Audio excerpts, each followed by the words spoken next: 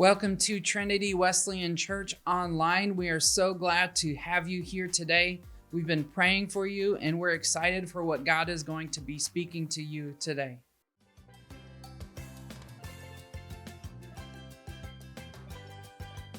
Already missing summer vacation? Just because summer is over, doesn't mean you can't keep dreaming of a salty sea. Put on your life jackets and set sail as we hear from Jesus' teachings. Sit back, relax, and set sail too. Seize the day.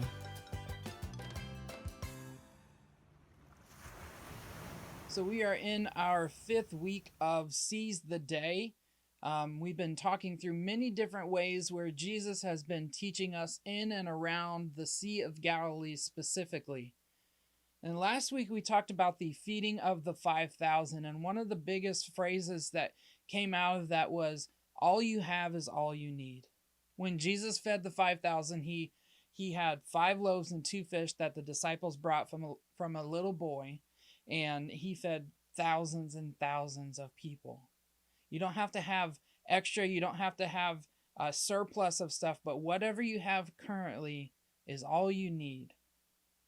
And so this is happening on the northeastern side of the sea in a city called Capernaum. And Jesus is telling them, here, I'm going to show you something and you need to watch me, but you're going to have to do this later. And that's kind of where we're going to go today is Jesus is going to be showing the disciples that you can do miracles as well too. So then after this feeding of the 5,000, Jesus and the disciples were going village to village on land. And this is in the Bible is called the sending of the 12 disciples, where he sent them out to go and do. So you've heard things about me. You've seen me do things. Now it's time for you to go practice. You can't just sit on the sidelines. Now you have to go and do it. And then so they did that. That's important for later. They heard, but then they have to go practice now. And so they go to the northeastern side of the sea and they go to the northeastern side of the sea in Bethsaida, and that's where we pick up today. It's Mark chapter 6, verse 45. Mark chapter 6, verse 45, it says, immediately Jesus made his disciples get into the boat and go on ahead of him to Bethsaida, while he dismissed the crowd. So then it goes on and it talks in verse 46, it says, after leaving them, he went up on a mountainside to pray.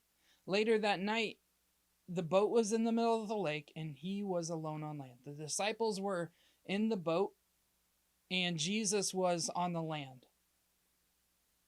He had to tell the disciples, I need you to go on ahead. I'll meet you up there. We'll meet on the other side. We'll figure this out. But right now, because Jesus had just done a huge miracle, he needed time alone with God. He needed some solitude after the miracle, because you can't pour from an empty cup. If there's nothing in it, there's nothing you can give.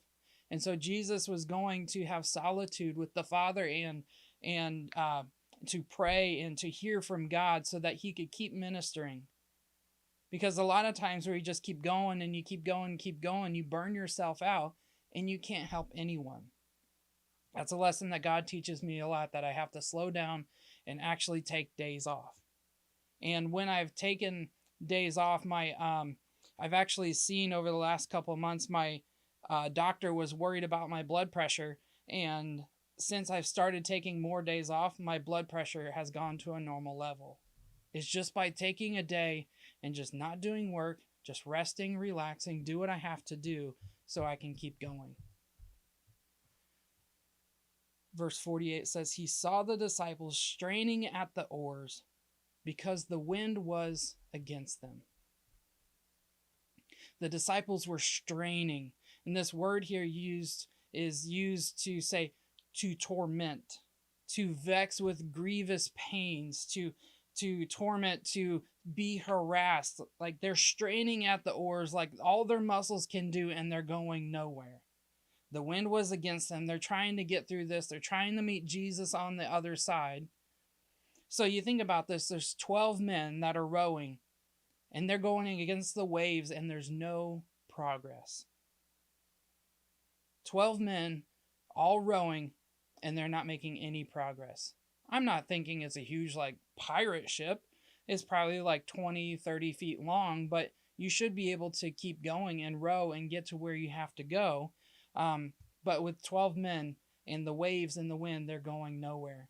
It's as if they're doing nothing. But if they stop, they would likely keep going back. They get pushed back and not even get close to where they're trying to go. We used to be cool and do extreme things. We would do snorkeling and kayaking and hiking in big hills and go four-wheeling and just the wild and the forest and in South Dakota in the Black Hills. And there was this one place that we went called Bear Butte Lake. And Jen and I went kayaking. We took a couple teens with us, and we had 4 kayaks out there, and it was a windy, wavy day. It's a very, very small lake. It's probably just a little bit bigger than Silver Lake. And so we're going across there, and we're just not getting to the other side. We're trying, and we're just fighting against it. I look over, and like, we're used to seeing crystal clear water, like where we had been kayaking. Like, we went snorkeling, and you can see 20, 30 feet down into the water. And this place, like, it was basically like Delaware water where you can't see much of anything. And so we're kayaking, we're paddling, and we keep going, and we're just not getting anywhere. And I look over to the side, and there's a snake next to me, probably about a full oar away from me. And I'm just looking at it like, I don't like this. So if you know something about me, I hate snakes. People call them nope ropes, and that's how I feel about them. I don't deal with snakes. If I see a snake, even a garter snake, I'm going to go away screaming like a little girl. I don't do snakes. So I see this snake, and I realize, I look over, South Dakota has a lot of rattlesnakes. That's the day I learned that rattlesnakes can swim. And so not likely was anything going to happen to me, but we're trying to get across the lake, and this little snake is going faster than 4 people in kayaks. And I'm just like, what is going on? Like, we're not getting anywhere. I couldn't get away from it. Finally, the snake just pulled away from us and went to the other side of the lake, and we never saw it again. But it was with us for probably about 5 minutes, just doing its little thing. And I just remember the waves and the wind, and we're just not really getting much of anywhere. And it's like the disciples, they're not getting anywhere. And I feel like that's how we are a lot of times as people. Like, you're just making no headway. You're trying, you're putting all your muscles into it. You're trying to think of ways out. You're trying to get out, whether this is financially, like, I'm trying to get out of poverty. I'm trying to do this, and I'm just not getting anywhere. I keep getting pulled back in. Or you're trying to grow close to God and nothing's happening. You're trying all these different things and nothing's happening. Or you're trying to move up professionally and you're doing all the right things, but other people are getting seen over you. Or your relationships, like, I wish this was like this. I wish that that my kids would listen to me. I wish my family was closer together. Or maybe you have like a health issue or an illness that you've been dealing with for years and years, and you're just trying, God heal me, and nothing's happening. You're just behind and you can't get ahead, and you're just wasting all your energy just trying to stay where you are. You're just giving everything and nothing is happening. Everything is going against you. Like, it's just like when it rains, it pours. And it's difficult. And you're tormented at the wind and the waves, and Jesus is nowhere to be seen. You're just by yourself with disciples, or maybe you feel like you're just by yourself in general. And Jesus is who knows where. He's on the land. He's not with me. You're like, where are you, Jesus? Why did you leave me? You said you would never leave or forsake me. God, where are you? Why did you leave me in the wind and the waves?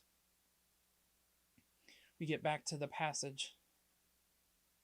Shortly before dawn, which was in the King James Version, it says the 4th watch, which is between 3 and 6 a.m. So the disciples have been really going at it, and they're not getting anywhere. So about 3 to 6 a.m. before dawn, he went out to them walking on the lake. He was about to pass by them, do a little dance, be like, hey, I'm over here, I'm walking on.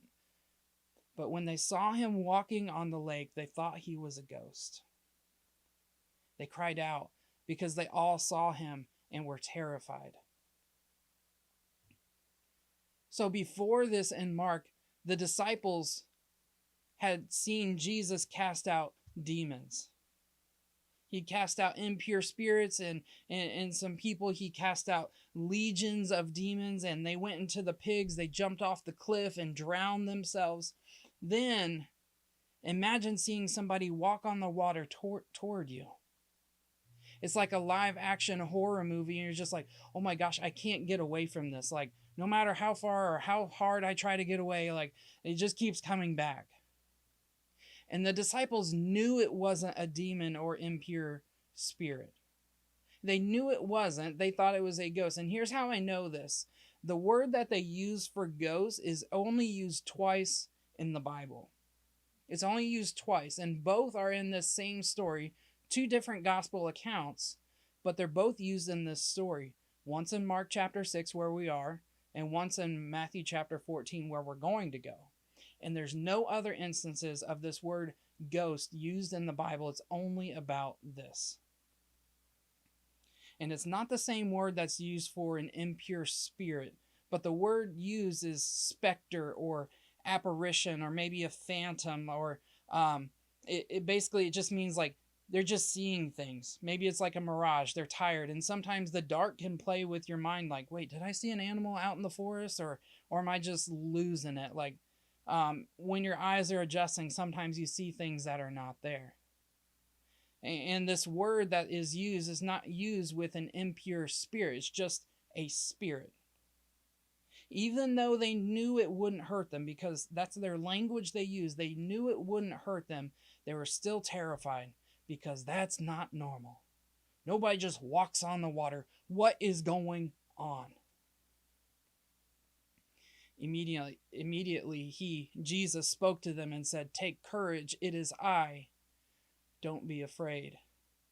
Take courage? I've never seen anybody walk on the water. And walking on a frozen lake doesn't count. Anyone ever seen someone walk on the water? Because if you have, please put that in the comments. Say, I've seen somebody actually walk on actual water. But I don't think anybody's actually seen that. It's not natural. And so it has to be supernatural. It has to be something outside of the ordinary world. And our fears move us to believe that it's something evil because we don't understand it. Take courage. Don't be afraid. It is I. Who is I? Who is I speaking to? Or who is the person speaking? Who is this I? It could be anybody. I don't know anybody that walks on water, so I need to make sure this is something I trust before we go any further. I want to make sure that I'm not putting myself in harm's way. There is a logical response put into our bodies called fight or flight. Am I going to stay and fight it, or am I going to just turn the other way, turn the boat, and I'm just going to get out of here? I'm not dealing with this. So we were in Mark chapter 6, and we're actually going to switch gospels and go to Matthew chapter 14, verse 28. And so why are we switching gospels? First of all, as we've talked about in earlier sermons in this series, Mark was a scribe. The Gospel of Mark is written by this person, Mark, who was a scribe. That was his profession. But he wrote with Peter, who was likely uneducated. And they were less about the teaching and more just getting the facts out there. They're just making sure it's not about the lessons. And so we're going to switch from the facts to the teaching and the lessons. So it's not a different story. It's just another account of someone who wrote it just a little bit differently. Not differently, but from a different perspective, so that we can understand the teaching of why it's talked about. So Matthew chapter 14, verse 28. "Lord, if it's you," Peter replied, "tell me to come to you on the water." Peter speaks before he thinks. And this is one of Peter's downfalls. And a lot of advice people would give is think before you speak. But Peter would say, speak before you think. And it gets him into situations he probably doesn't want to be in. And don't just pin the blame on Peter because we're all thinking it anyway. He just has the gall to actually say it. The disciples probably all thought it like, oh, well, if it's Jesus, he's going to want us to do something. But they're like, I'm going to wait for Peter because he lets things fly out of his mouth, and we'll just let him go, and we'll put him as the guinea pig. Peter got in trouble a lot because he spoke before he think. Peter later denied Jesus 3 times after he promised Jesus he wouldn't fall away. Peter cuts off the ear of a Roman guard. Peter asked Jesus which person would sit next to him in heaven. Peter, slow down. Think before you speak. Think before you act. He says, Lord, if it's you, tell me to come on the water. Oh gosh, Peter, again, like, get it together, Peter. But Peter opened his big mouth. Verse 29, come, he said. Jesus said, come. Come here. Some of my friends were in a band in college. It was called Brave at Sea. And they wrote a song about this interaction with Peter and Jesus. And there's a line in it that says, the time has come for you to step out and walk upon the waves. Peter, it's time. If you're going to ask me, I'm going to ask you to do it. Then Peter got down out of the boat, walked on the water, and came toward Jesus. Now, this water wasn't glassy. This water was not smooth. It's not something that you would want to water ski on or go tubing behind. There's wind and waves. In a place like the Sea of Galilee, it's a very big, to us it would be a lake, but as the Sea of Galilee, some of these waves could be 2 to 4 feet tall. He's not just walking on the water, but he's hiking in the water. It's like when Jen and I like, oh yeah, we've gone hiking, like Indiana hiking, like, yeah, hiking, we'll do that. Hiking in Indiana is maybe you have like 50 feet of elevation gain over like a mile. But hiking in South Dakota, yeah, we'll go hiking. We did 7 miles and we went up about 2,000 feet in 3.5 miles. It's not walking, but it's hiking in the water. Because one step might be you're just taking a 1 foot step up, but the next one, the wave has gone down, you're taking your next step, it's 3 feet down. But when Jesus saw the wind, he was afraid. And beginning to sink, he cried out, Lord, save me. You see, Peter was fine when he was walking toward Jesus. He was fine. He was focused.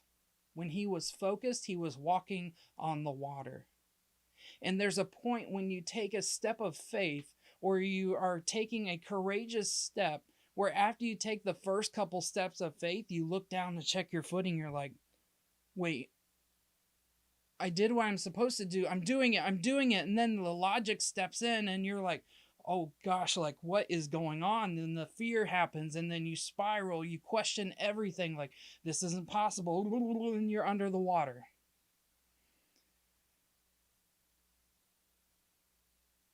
You fear, you think this isn't normal, it seems weird, and you start thinking about how am I even on here?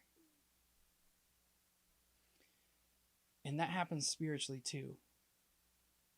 Every time I've taken a step of faith, I feel good about it. God is telling me that we have to move from Indiana, and after Jen and I went to school, after we both graduated, and he's saying, Aaron, I need you to be a volunteer pastor full time. I'm like, yeah, God showed me in the dream. I had a vision and I was walking, I was hiking in this creek up in this beautiful water, and I was ready to go. I'm ready to go. This is exciting. I'm telling Jen, this is what I feel. She's like, I'm feeling that too. And then like 6 months in, you're like, oh gosh, people are thinking that I'm lazy. Some of the church people thought I was lazy because I didn't have a job that was paying. And I'm working, I'm trying, I'm doing everything I'm supposed to do, and I let my logic get the best of me, and I stopped focusing on Jesus. I look around, oh gosh, nobody trusts me because they think I'm lazy. And all the circumstances of like somebody said that, oh, you're just a volunteer pastor. Like, no, I'm a licensed pastor. I'm on my way to getting ordained. I'm not just a volunteer pastor, but this is my calling. And all those thoughts that people tell you and all those thoughts that are put into your head, and you start thinking about the logic of what's happening, and you start to question everything that you knew 6 months ago. You feel good about it. Then when you get started, it's working. God told me this is going to happen like this, but then you get a little further and you look around and you see everything for what it is. You see it at face value rather than focusing on the words that God promised to you already. Every church we've been at, every time there's a big decision in our life, every time when that decision wears off and it gets difficult, like, God, you want us to buy this house so that we can do this and do this and do this, and it's going to help us in the long run. You get halfway through and you're like, and then you question your footing. God, you've called me out onto the water, and yet I feel like I'm drowning. It is normal to go through that, to be excited. You make that step, and then when you get into the middle of it, you get into the middle of the sea, and you feel like you're on your own. But it doesn't have to feel like that. When you take your eyes off of Jesus, you will sink. Who is calling you onto the water? And who makes the miracle happen? There wasn't anything that Peter did except he was obedient to Jesus and he focused on him. Jesus is calling him out onto the water. It's Jesus that's making the miracle happen. Peter just didn't put on his floaties and on his feet and just somehow it worked, or he put some surfboards and duct tape into his feet. Look, I'm walking on the water. Jesus is making the miracle happen, but Peter is being obedient. But when he stopped focusing, he started to sink. You say, Lord, save me. And you're in that spot and you're just, Lord, save me. Lord, save me. Like look where I'm at. And it means many different things. Like, you could be, save me financially. I've put myself into this. Or save me health-wise. Lord, save me. I made a bad decision. Lord, save me from myself. I don't want to be in this situation. Lord, save me from my crisis. And we get to the point where we say, Lord, save me from what you called me to. When we stop focusing on Jesus, you will sink. But when you sink, verse 31, immediately Jesus reached out his hand and caught him. You of little faith. Seems like that's Jesus' catchphrase for Peter and the disciples. You of little faith. Why did you doubt? We just got in the boat from feeding 10,000 people and you're doubting me?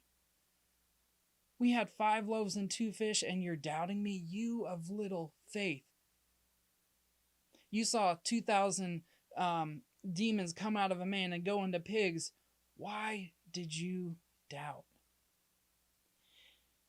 And when they all climbed into the boat, the wind died down. Then those who were in the boat worshipped him, saying, Truly, you are the Son of God. I think each person had a different way of why they worshipped God. But I bet Peter's was, I'm glad I didn't drown in these huge waves. And some of the other disciples are like, truly you are the Son of God. Like, that was amazing. Like, oh, you calmed the waves and the wind again. Or like, wow, I saw Peter walk on the water and I saw you walk on the water. But again, the series is focused on realizing that Jesus is the Messiah. Truly you are the Son of God. Now we go back to the chapter 6 in Mark. Mark chapter 6 verse 53. When they had crossed over, they landed at Gennesaret and anchored there. As soon as they got out of the boat, people recognized Jesus. They ran throughout the whole region and carried the sick on mats to wherever they heard he was, and wherever he went, into villages, towns, and countryside. They placed the sick in the marketplaces. They begged him to touch to let them touch even the edge of his cloak. And all who touched it were healed. Jesus is once again showing them, I thought you had more faith, but I'm going to have to show you some more things. I'm going to have to show you that you can do this. I'm going to have to show you we're going to go back to square one. We're just going to start over. And Jesus taught the disciples that he could do miracles. When he first got there, I can show you that I can do miracles. But now Jesus is teaching them they could do miracles if they follow him. They could do miracles if they focus on him. Just because you call on Jesus' name doesn't mean that you are following Jesus. Your first priority, if you are truly following Jesus, your first priority is focusing on Jesus. Your first priority is focus. Your first priority is following Jesus, doing what he asked us to do. And we get to the point where in the middle and we're questioning and we're waiting, God, change the situation. We're saying, Lord, save me. But you haven't prayed in 6 months. Save me, Lord, but you haven't read your Bible in a couple weeks. Save me, but you haven't taken time to hear the encouragement God wants to give you in a couple days. Save me, but you're not doing anything you've been asked to do to have a relationship with Jesus. Jesus is out there standing on the water, but you're not even looking at Jesus. You're focused on the issues around you. You're focused on everything that's going wrong. You're focused on things that you cannot control. You are looking at the wind and the waves and the obstacles, and you're not even paying attention to Jesus, even though he's saying, come out here on the water. I need you to follow me out here, because in the boat is safe. Out here, I need you to trust me, but it's safer. Simon Sinek, he's one of the world's top thought leaders of our time. He's a very brilliant man. I just wish I had just an ounce of his wisdom. But he says it's impossible to think negatively. And he did an experiment in a video, and I'm going to do the same thing that he does. And it's very simple, but the only stipulation is you have to be honest. This is church, so don't lie in church. Very simple. And the experiment is this. Are you ready for it? Don't think of an elephant. How many people just thought of an elephant? I told you not to think of an elephant, but you're thinking about an elephant right now. But here you are, you're thinking about the elephant. But I said don't do it.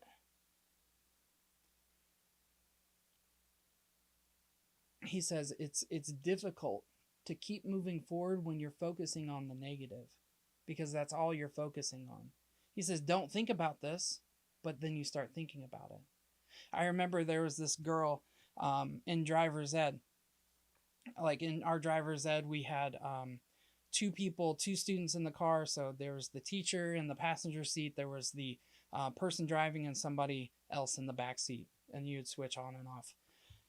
Anyway, so I'm a great driver. I think I'm a great driver. If you heard about my car accident, that was not my fault. I'm still a great driver.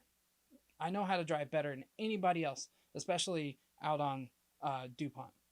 Anyway, so I got a 0 on my driver's ed test. It's the best test, or the best test score you can get. And I got to do extra things in driver's ed, like I would drive my teacher to McDonald's during class as part of my driver's ed class, because I knew what I was doing. It was like, well, we got time, and so I'd drive him to go get his breakfast. And another classmate, that was the other driver in my car, quite the opposite of how I drive. And there was many times of, this is where I'm gonna die. This is where I'm gonna die. She was the worst driver I think I've possibly ever seen. There were so many close calls. We're going about 20 miles per hour. And there's so many close calls of hers just sideswiping cars all the way down this small town road of 1,200 people in the whole city. And finally, after a couple weeks, the teacher realized her problem. And her problem was that She was focused. She was looking down the hood of the car. She was only looking about 10 to 15 feet in front of her. Whatever she could see over the hood was where she was focused on. But how you drive, you can't focus on the 10 or 15 feet in front of you. You have to focus on 100 feet in front of you. You have to focus on what's coming up. And just like I told you not to think of an elephant and you did, you can't focus on just having, I'm not going to hit this car. I'm not going to hit this cars. How do you not hit cars? You look further down the road. Because if you're only focused on not hitting the next car, you will eventually hit a car. And it's the same with following Jesus. You don't focus on the next wave. You don't focus on the next thing that is coming. But Jesus wants us to solely focus on him. And here's the how Jesus called the disciples. They're out fishing. They're fishermen. That's what they're supposed to do. They're just at their job. And Jesus comes up to him. He said, hey, instead of fish, I'm going to have you fish for people. Jesus, that's illegal. That's called cannibalism. We can't do that. He's saying, I'm calling you to a different way of reaching men. Not fishing, not putting hooks in people. But he's saying, drop everything and follow me. I'm going to make you fishers of men. Follow me, and I'm going to show you what to do. And then the disciples had heard of miracles. They've heard about this Jesus, and they're kind of following him. And Jesus says, follow me. I want you to go and see the power that I have, and I want you to follow me and do likewise. And then they saw Jesus do miracles, and Jesus is saying, I just need you to follow me. I just need you to focus on me. And then he got to the point of where I said you need to remember this for later. It wasn't just, I need you to watch, but I need you to go and do this. And he had them go do miracles, but how they did miracles was focusing on Jesus. The starting and the end point of following Jesus is to focus on him. That is the start and the end point. I mean, yes, there's a lot of trials and tribulations that you go through in between the starting and end point, between when you accept Christ and between when you get to the pearly gates and he says, welcome, good and faithful servant. Well done, good and faithful servant. A lot of things change, but the central theme is that if you focus on Jesus, you're not going to drown. And he told the disciples, he said, your occupation is not following yourself. Your occupation is now following me. He said, now it's not just your occupation, but I want your free time as well, that you need to focus on me in your free time. And when you have to do the things that you have to do as a person, like your chores and stuff, it's now about following me. Your outflow of everything you do is following me. And the outflow of Christians, of everything that we do, is following and focusing on Jesus. And Peter gets a bad rap. Peter gets a bad rap because he opened his big mouth. But Jesus isn't just calling Peter to step out of a boat. But it's a call for you and I to step out of the boat. To step out onto the water. To walk on the water, even when it doesn't make sense. I don't know how I'm up here, but I'm not going to look down. Why do you think they put blinders on horses? So they're not focused on anything but the person or the person that is telling them where to go. I don't want you to look over here. I don't want you to look over here. I want you to keep looking straight. And it takes a lot of courage. It takes a lot of courage to follow Jesus because sometimes you're going to look pretty dumb. Billy Graham, the late Billy Graham, led millions of people to Jesus. And he said, courage is contagious. When a brave man takes a stand, the spines of others are often stiffened. Jesus is saying, I need you to be courageous. I need you to step out of the boat so that other people can step out of the boat. It's not just about you right now, but I need you to step out of the boat so other people can step out of the boat, so that they can do the things that I've called them to. I remember this last week, I had the listening booth up. I had our church tent, and I'm just sitting outside. And I was just like, man, nobody's coming. Nobody's coming by here. I don't even know why I'm sitting out here. And Jesus said, just wait for a little more. I'm like, okay, got like another, I could do it for another hour. And I went and I saw these dogs that were running around. I saw these dogs that were running around. I saw them. I was sitting on State Street basically, and we have our Ring doorbell camera, and I saw some dogs run across there. And I was like, oh, okay, I need to watch for these dogs, see what's going on, because I don't know these dogs. I don't know where they came from. They're not the dogs that are normally in the churchyard. So these dogs, I'm like, okay, there's a pit bull and there's another dog, but they look pretty friendly. And eventually, I was like, God, what do you want me to do? Like, I feel like I need to go help these dogs and figure out anything about them. And I'm just like, and so like, I was like, trying to get these dogs over to him, see if I could get some information off of them so I could call their owner. And they're, man, they had so much energy. I got slobbered. I got hair all over me. And I was like, God, I feel like I should just go back. He said, no, I need you to keep working on this dog thing. All right, that's what I'm going to do. I should be at the listening booth, but I'm going to do it because he told me to. The dogs run across State Street, and I'm like, oh, goodness, like, I don't want to see these dogs get hit by a car. And I keep following these dogs, and I was like, okay, I know there's some dog treats in the drive-in shed, in the drive-in building. I'm going to go get some dog treats. And I picked up the whole box because I was like, I don't know if I'm going to have to throw it at them, and, like, maybe I need some more ammo to throw at them. And so I just picked up the whole box. It's about 150 bones in there. And I'm just like, okay, I'm going to do this.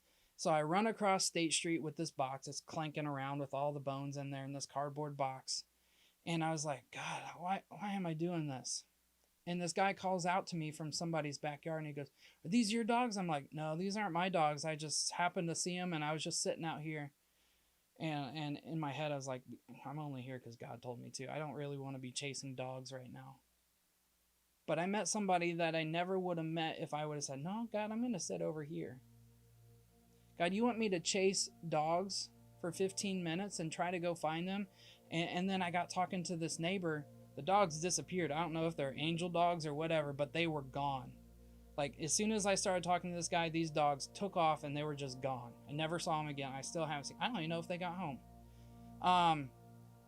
And so, but I was able to meet this man, able to meet this neighbor I never would have been able to meet.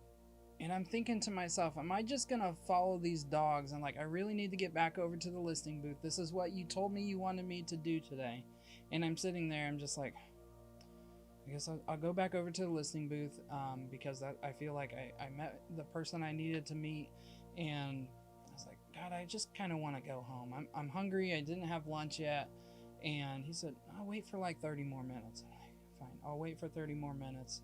This guy comes at the end of the 30 minutes and starts talking to me and just like let everything, like he just told me everything. And sometimes you're going to feel a little dumb.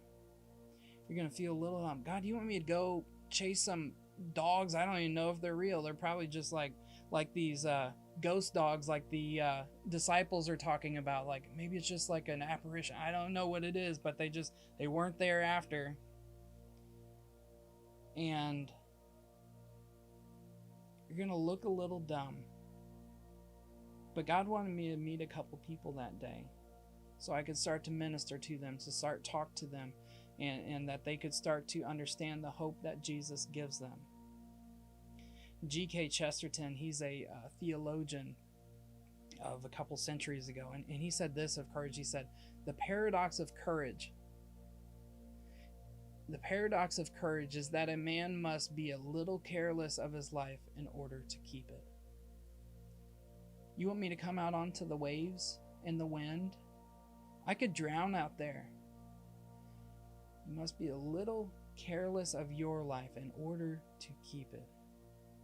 But what gain is it to gain the whole world yet lose your soul?